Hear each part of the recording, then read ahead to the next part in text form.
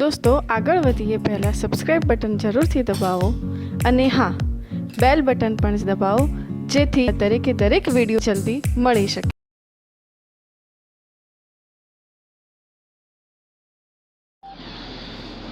NEET 2013 પૂછાયેલો પ્રશ્ન છે। અહીંયા શું કહે છે કે સમાન વિદ્યુત ભારિત બે પીચ બોલ એક જ આધાર બિંદુ પરથી સમાન લંબાઈની દોરી વડે લટકાવેલ છે। સમતુલિત અવસ્થામાં તેમની વચ્ચેનું અંતર r છે। હવે બંને દોરીઓને તેની અડધી ઊંચાઈ સુધી, જો આ સમતુલિત અવસ્થામાં તેમના વચ્ચેનું અંતર અહીંયા r બતાવેલ છે, હવે બંને દોરીઓને તેમની અડધી ઊંચાઈએ દ્રઢ રીતે બાંધી દેવામાં આવે। મતલબ કે આ જે અડધી ઊંચાઈ છે એટલેથી આને લઈ અને આ રીતે દ્રઢ રીતે બાંધી દેવામાં આવે છે। એ સમતુલિત અવસ્થામાં બંને બોલ વચ્ચેનું અંતર ખાલી જગ્યા થશે। તો મિત્રો અહીંયા સમાન વિદ્યુત ભારિત બે પીચ બોલ એટલે નાના ગોળા છે।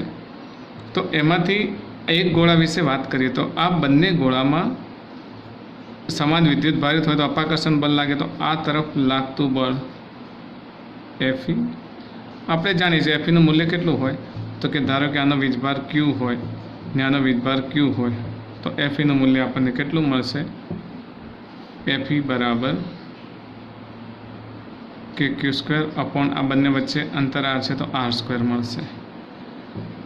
હવે અહીંયા T તણાવ બળ લાગે તો એના બે ઘટકો મળે। એક આ, ધારો કે આ ખૂણો થીટા છે તો આ તરફ આપણને T cos થીટા અને આ તરફ આપણને T sin થીટા। જરા ગીચ થઈ ગયું છે, ફરીથી અહીંયા બનાવી દઈએ તો ધારો કે આધાર છે, અહીંયાથી આપણે બે પીચ બોલ બનાવી દઈએ જેમના વચ્ચેનું અંતર r છે। અહીંયા T, ધારો કે આ ખૂણો થીટા છે તો આ T હોય તો એનો આ ઘટક છે એ T cos થીટા હશે અને આ જે ઘટક છે એ T sin થીટા હશે। આ તરફ લાગતું બળ જેને Fe કહીએ, Fe બરાબર kq² અપોન r², આનું નીચેની તરફ લાગતું બળ mg છે। તો આના પરથી આપણે શું મેળવી શકીએ? તો આના પરથી આપણે એક ખાસ વાત મેળવી શકીએ। આ બે પરથી ઉપર T cos થીટા છે, આ T sin થીટા બરાબર આકૃતિ પરથી T sin થીટા બરાબર કેટલું થશે? kq² અપોન r² અને બીજું T cos થીટા બરાબર શું થશે? mg। હવે આ બંનેને જ્યારે આપણે ગુણોત્તર લઈએ, આ બંનેનો ગુણોત્તર લઈએ તો શું થશે? તમે જોઈ શકો છો કે 1 અને 2 નો ગુણોત્તર લો, આ 1 અને 2 નો ગુણોત્તર લઈએ તો T જતા રહેશે તો થશે tan થીટા બરાબર kq² અપોન mg r², અને નંબર 1 આપીએ। હવે આકૃતિ પરથી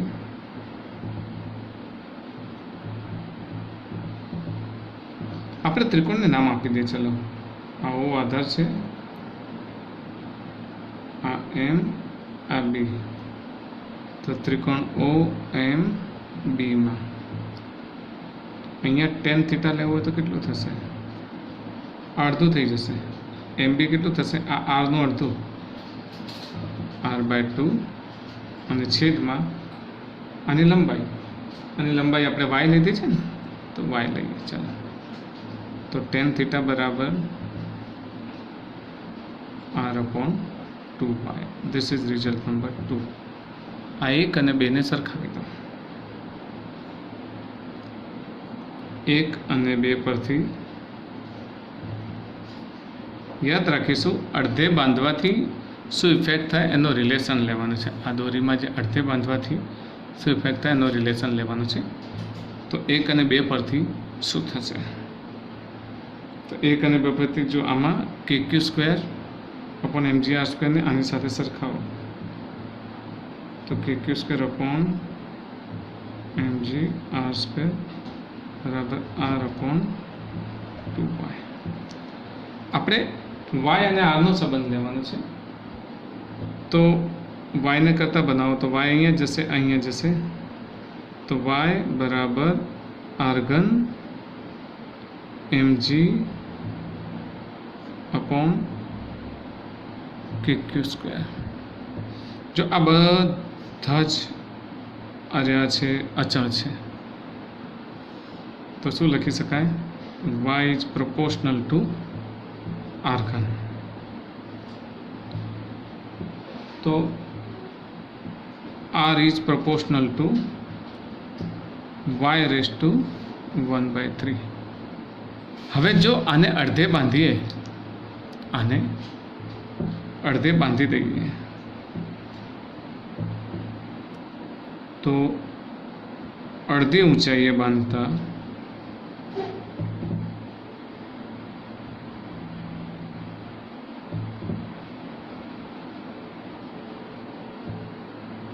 શું થશે લંબ અંતર r1 હોય તો r1 upon r is equals to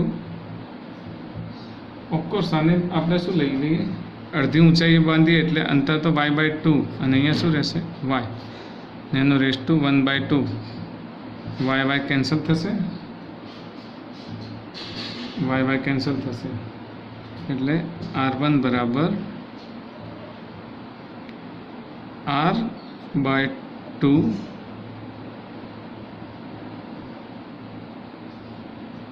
અને આનું ઘનમૂળ r/2 ઘનમૂળ થશે તો આપણો થઈ ગયો રાઈટ આન્સર। AIPMT 2012માં પૂછાયેલો પ્રશ્ન છે।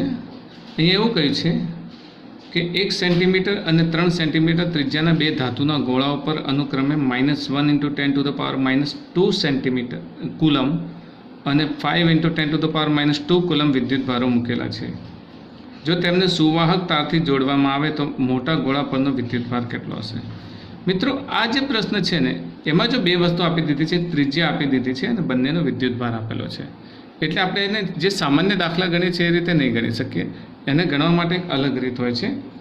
તો આપણે જરા ગ્રાફિકલી સમજી લઈએ કે શરૂઆતમાં શું થાય છે। તો શરૂઆતમાં એક ધારો કે આ એક ગોળો છે અને આ બીજો ગોળો છે, મોટાની ત્રિજ્યા લઈ લઈએ, આપણને કેટલી આપેલી છે r1 બરાબર 1 સેન્ટીમીટર। 1 સેન્ટીમીટરનો અર્થ શું થયો કે 0.01 મીટર એમ કેસમાં લઈએ તો, અને r2 બરાબર 3 સેન્ટીમીટર। 3 સેન્ટીમીટર એટલે 0.03 મીટર। એક પરનો વિદ્યુતભાર Q1 હોય અને બીજા પરનો વિદ્યુતભાર Q2 છે। હવે આમ કહે છે કે તેમને સુવાહક તારથી, તો ધારો કે આમ સુવાહક તારથી એને જોડી દઈએ તો તારથી જોડતા શું થશે, બંને પરનો વિદ્યુતભાર એક ભેગો થઈ જશે। આ બંને પરના કુલ વીજભારને આપણે લખીએ કે તારથી જોડતા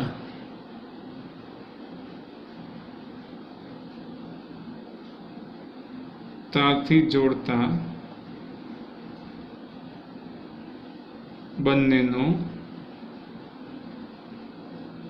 કુલ વીજભાર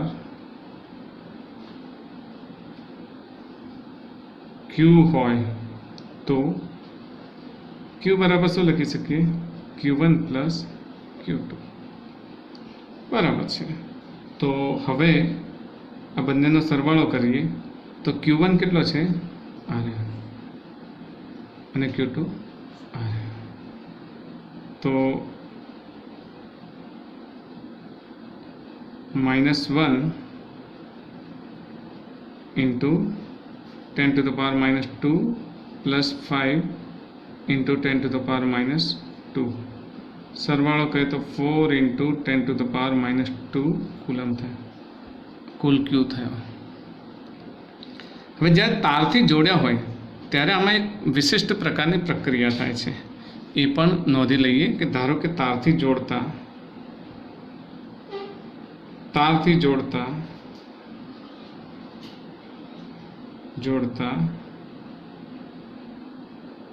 R1 ત્રિજ્યાના ગોળામાંથી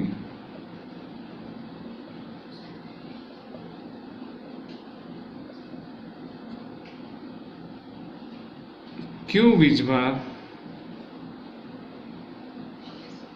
R2 ત્રિજ્યાના ગોળામાં જાય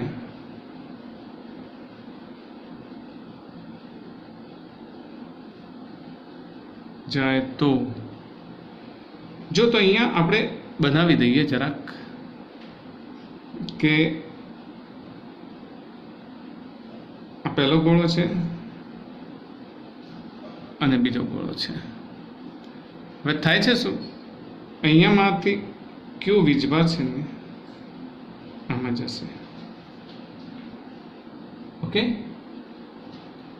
મતલબ અહીંયા Q વીજભાર રહ્યો, ચલો જોડવાથી Q વીજભાર અહીંયા રહ્યો, તો કુલ વીજભાર કેટલો છે Q, તો બીજાનો કેટલો થશે Q માઇનસ Q. હવે બીજી વાત કે તારથી જોડતા એક બીજી ઘટના પણ બને છે કે તારથી જોડતા બંને ગોળા વચ્ચે સંતુલન સ્થપાય છે. હવે સંતુલન સ્થપાય છે એનો અર્થ શું થયો કે ધારો કે બંનેને જોડવામાં આવે છે, તો બંનેને જોડવામાં આવે તો બંનેનો આનોપનો વિદ્યુત સ્થિતિમાન અને આનોપનો વિદ્યુત સ્થિતિમાન V1 અને V2 હોય તો V1 બરાબર શું થાય V2. ઓકે, ચલો તો આનાપાના વિદ્યુત સ્થિતિમાનને આપણે કેવી રીતે લખી શકીએ, આની ત્રિજ્યા R1 છે, આની ત્રિજ્યા R2 છે, તો V1 બરાબર KQ અપોન R1 બરાબર V2 બરાબર K. આનો વીજભાર કેટલો છે કેપિટલ Q માઇનસ Q, તો capital Q minus Q upon R2. તો K તો બંનેમાંથી કાઢી દઈએ, Q રહેવા દઈએ, R1ની કિંમત અહીંયાથી લઈ લઈશું, કેટલી છે 0.01 મીટર, 0.1 મીટર, ને અહીંયા Q માઇનસ Q અહીંયા 0.03 મીટર. હવે પોઈન્ટ જો આને કાઢીએ તો 3 અહીંયા આવી જશે. તમે જાણો છો 100 વડે ગુણાકાર કરો, ભાગાકાર કરો બંનેનો, તો આ 3 અહીંયા આવી જશે. તો 3Q બરાબર Q માઇનસ Q. ઓકે, હજુ આ Q આ બાજુ આવશે તો 4Q બરાબર Q, તો Q બરાબર Q બાય 4. આપણને આ Q મળ્યો. આ પહેલા ગોળા પરનો વીજભાર. આપણને શું કહે છે મોટા ગોળા પરનો વીજભાર. તો પહેલાં તો નાના ગોળાનો વીજભાર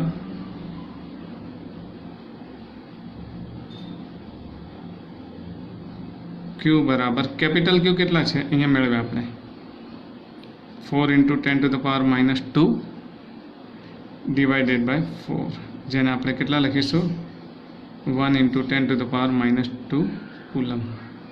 અને મોટા ગોળા પરનો વીજભાર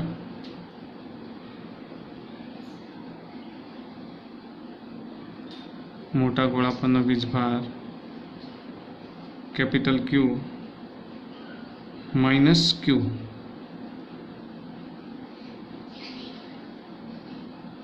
એટલે કેપિટલ Q કેટલા છે 4 × 10⁻² માઇનસ Q 1 × 10⁻², એટલે થશે 3 × 10⁻² કુલમ. તો that is Q minus Q. તો આપણો બની ગયો મોટા ગોળા પરનો વીજભાર. તો આના પરથી આપણે કહી શકીએ કે આપણો કયો વિકલ્પ સાચો, વિકલ્પ બી. આપણો વિકલ્પ B is our right answer. AIPMT 2011માં પૂછાયેલો પ્રશ્ન, આ ત્રિજ્યાના ગાઉસિયન ગોળાકાર બંધ સપાટીમાં Q વિદ્યુતભાર છે, જો તેની ત્રિજ્યા બમણી કરવામાં આવે તો બહાર આવતું ફ્લક્સ ખાલી જગ્યા. એ વધીને 4 ગણું થાય, બી ઘટીને અડધું થાય, સી અચલ રહે, ડી બમણું થાય.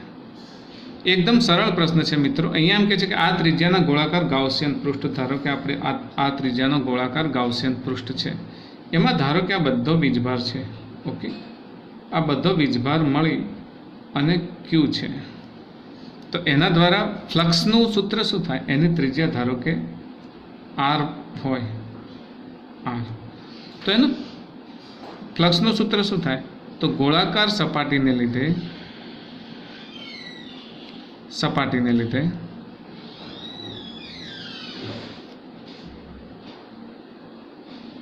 ફ્લક્સ ફાઈ માટે ગૌસના નિયમ મુજબ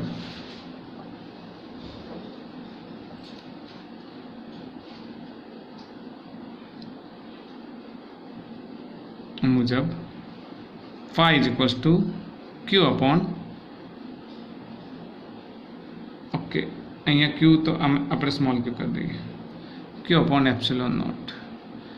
હવે અહીંયા કહ્યું છે કે તેની ત્રિજ્યા બમણી કરવામાં આવે. હવે આ ત્રિજ્યાને બમણી કરો તો પણ કોઈ ફરક પડશે નહીં પડે, કારણ કે એ ગૌસિયન પૃષ્ઠ મોટું બનશે.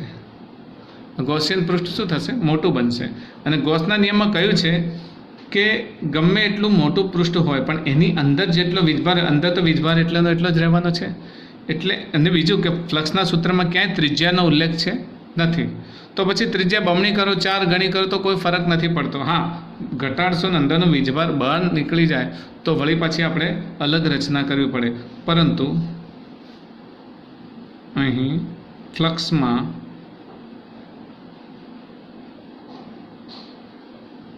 સૂત્રમાં ત્રિજ્યાનું પદ ન હોવાથી શું થશે? તો કે ત્રિજ્યા અચલ રહે છે, ફ્લક્સ અચલ રહે છે, ફાઈ કેવું રહે છે? અચલ રહે છે, એટલે બદલાય નહીં. હવે અચલ રહે એનો અર્થ શું થયો? Answer she is our right answer. AIPMT 2010માં પૂછાયેલો પ્રશ્ન છે મિત્રો. અહીંયા એવું પૂછ્યું છે કે આ ત્રિજ્યાના વિદ્યુતભારિત વાહક ગોળાના કેન્દ્રથી 3r/2 અંતરે વિદ્યુત ક્ષેત્ર E છે, તો તેના કેન્દ્રથી r/2 અંતરે વિદ્યુત ક્ષેત્ર કેટલું છે? હવે વિચારીએ કે 3r/2 આ એક ગોળો આપણે દોરી દીધો, બરાબર. હવે એમાં 3r/2 એટલે ધારો કે r છે, 3r/2 એટલે એનાથી બહારનો વિસ્તાર થાય ને, તો 3r/2 અંતર ગોળાની બહાર છે.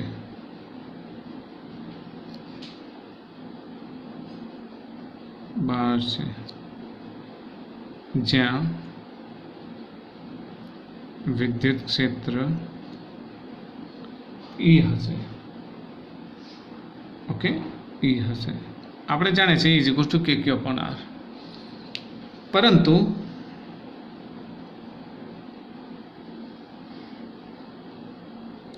r/2 અંતરનું બિંદુ, r/2 અંતરનું એટલે આનાથી અડધું થયું આટલું. જો આપણે ગૌસિયન પૃષ્ઠ વિચાર્યું હોય તો એ પણ ક્યાં હોય? ગોળાના અંદરના ભાગમાં. અને વીજભાર બધો ક્યાં છે? ગોળાની ઉપર છે. તો એનો અર્થ એવો થયો કે આની અંદર તો કોઈ વીજભાર છે જ નહીં, એટલે વિદ્યુત ક્ષેત્ર કેટલું થશે? 0 થશે. તો પરંતુ r/2 અંતર ગોળાની અંદર હોવાથી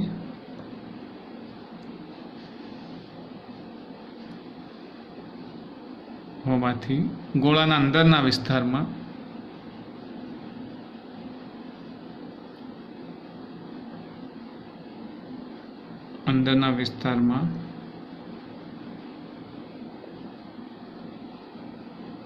વિદ્યુત ક્ષેત્ર કેટલું થાય? 0 થાય. હવે વિદ્યુત ક્ષેત્ર 0 થાય એટલે કયો આન્સર સાચો આપણો? B is our right answer. AIPMT 2010માં પૂછાયેલો પ્રશ્ન. જો મિત્રો, આ કન્સેપ્ચ્યુઅલ પ્રશ્ન છે. અહીંયા કહ્યું છે કે નિયમિત વિદ્યુત ક્ષેત્ર E વોલ્ટ પર મીટરમાં જે સમતલમાં છે તે જ સમતલમાં વિદ્યુત ક્ષેત્ર સાથે સમક્ષિતિજ દિશામાં L મીટર બાજુવાળો ચોરસ એવી રીતે મૂકેલો છે કે જેથી વિદ્યુત ક્ષેત્ર અને ચોરસની બાજુ વચ્ચેનો ખૂણો થીટા છે, જે આકૃતિમાં બતાવ્યું છે, અહીંયા બતાવ્યું છે. તો આ ચોરસની સપાટીમાંથી પસાર થતું ફ્લક્સ વોલ્ટ મીટરમાં કેટલું? હવે અહીંયા યાદ રાખીશું કે કોઈ પણ બંધ પૃષ્ઠ હોય, આ એક બંધ પૃષ્ઠ જ છે, બંધ પૃષ્ઠને એના જ સમતલમાં છે, તો અહીંયાથી પ્રવેશતું ફ્લક્સ અને બહાર નીકળતું ફ્લક્સ, પહેલી વાત તો કે આ પૃષ્ઠની અંદરના વિસ્તારમાં કોઈ વીજભાર નથી, એટલે જેટલું વિદ્યુત ક્ષેત્ર અંદર પ્રવેશ છે એટલી જ વિદ્યુત ક્ષેત્ર રેખાઓ શું થશે? બહાર નીકળશે. તો આટલા વિસ્તારમાંથી, મતલબ કે અહીંયા લખી શકીએ કે ચોરસની અંદર કોઈ વીજભાર નથી.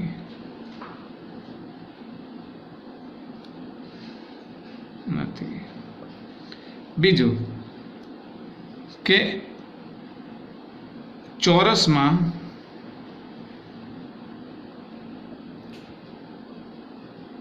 પ્રવેશતી ક્ષેત્ર રેખાઓને લીધે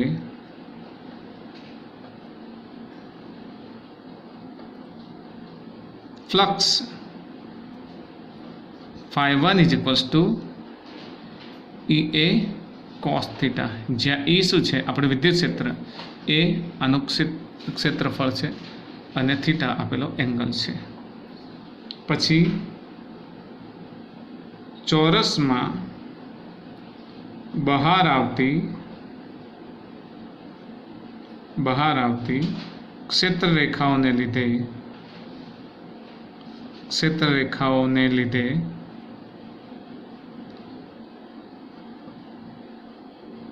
ફ્લક્સ, આને φ1 કહીએ અને φ2 કહીએ, તો φ2 બરાબર -EA cos of phi.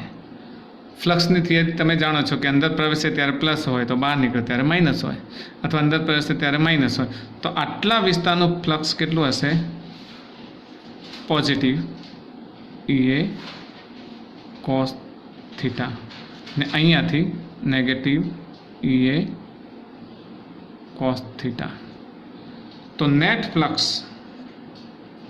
Net phi = φ1 + φ2, मतलब કે EA cos theta -EA cos theta, તો પ્લસ માઇનસ, તો જવાબ શું થશે? 0.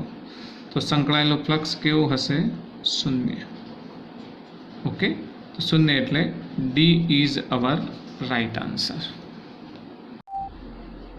અહીંયા AIPMT 2010માં પૂછાયેલો પ્રશ્ન આપણને કહે છે કે ક્યુ વીજભાર ધરાવતા બે ધન આયનો એકબીજાથી ડી અંતરે છે. મતલબ ધન આયનોનો અર્થ એવો થયો કે જેમાંથી ઇલેક્ટ્રોન જતા રહ્યા હોય એવા આયનો. કોઈ તટસ્થ પરમાણુ હોય, ધારો કે આ કોઈ એક તટસ્થ પરમાણુ છે, પરંતુ એમાંથી ઇલેક્ટ્રોન જતો રહે ને, આ ઇલેક્ટ્રોન જતો રહે, તો પછી એ બાકીનો છે ને એ ધન આયન બનશે. તો એવા બે ધન આયનો છે સમાન, બરાબર. ક્યુ વીજભારના બે ધન આયનો, હવે એનો વીજભાર ક્યુ અને ક્યુ રહ્યો, મતલબ એમાંથી n ઇલેક્ટ્રોનો જતા રહ્યા. ધારો કે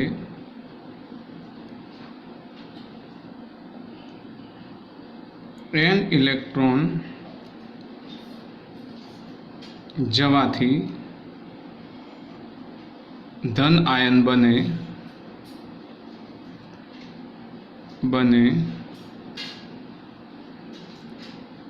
તો ક્યુ બરાબર શું થશે? એની. જેટલો ઇલેક્ટ્રોન ગયા એટલો વીજભાર, ક્યુ બરાબર એની.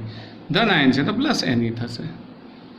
હવે બીજું કે આ બંને વચ્ચે ડી અંતર છે, તો ધારો કે આના વચ્ચે ડી અંતર છે, આપણે ડી અંતર લઈ લીધું. તો દરેક આયન પરથી ઓછા થયેલા ઇલેક્ટ્રોનની સંખ્યા આપણે n શોધવાનો છે. આપણને જે વિકલ્પો આપ્યા છે એના આધારે આપણે જોઈએ તો આપણે સીધો કુલમનો નિયમ લગાવી શકીએ એમ છે, કારણ કે FD² છે. તો કુલમના નિયમ મુજબ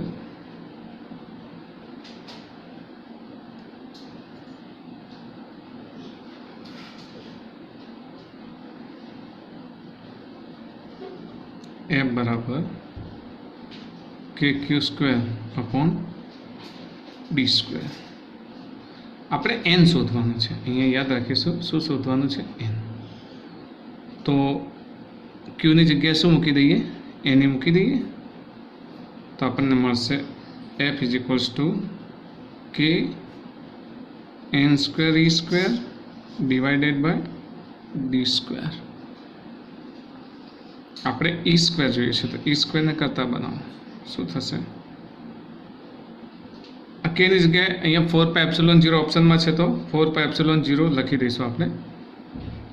તો કેની જગ્યાએ અહીંયા આગળ પદ મૂકી દઈએ. ઈ સ્ક્વેર બરાબર F D square upon k અને અચ્છા એન સ્ક્વેર લેવાનો છે આપણે તો એન સ્ક્વેરને કરતા બને એન સ્ક્વેર તો અહીંયા થશે ઈ સ્ક્વેર. કેની જગ્યા 1/4πε0 તો N square is equals to 4πε0 D square divided by E square. અને હવે એનું વર્ગમૂળ લઈએ તો એન બરાબર in the square root of 4πε0 D square divided by E square. તો આ આપણને વિકલ્પ મળે છે root 4πε0 D square divided by E square. 4πε0 F રહી ગયો તો એફ રહેશે D square F upon E square 4πε0 F D square upon E square. Yes, તો આપણો રાઈટ આન્સર કયો થાય છે, she is our right answer.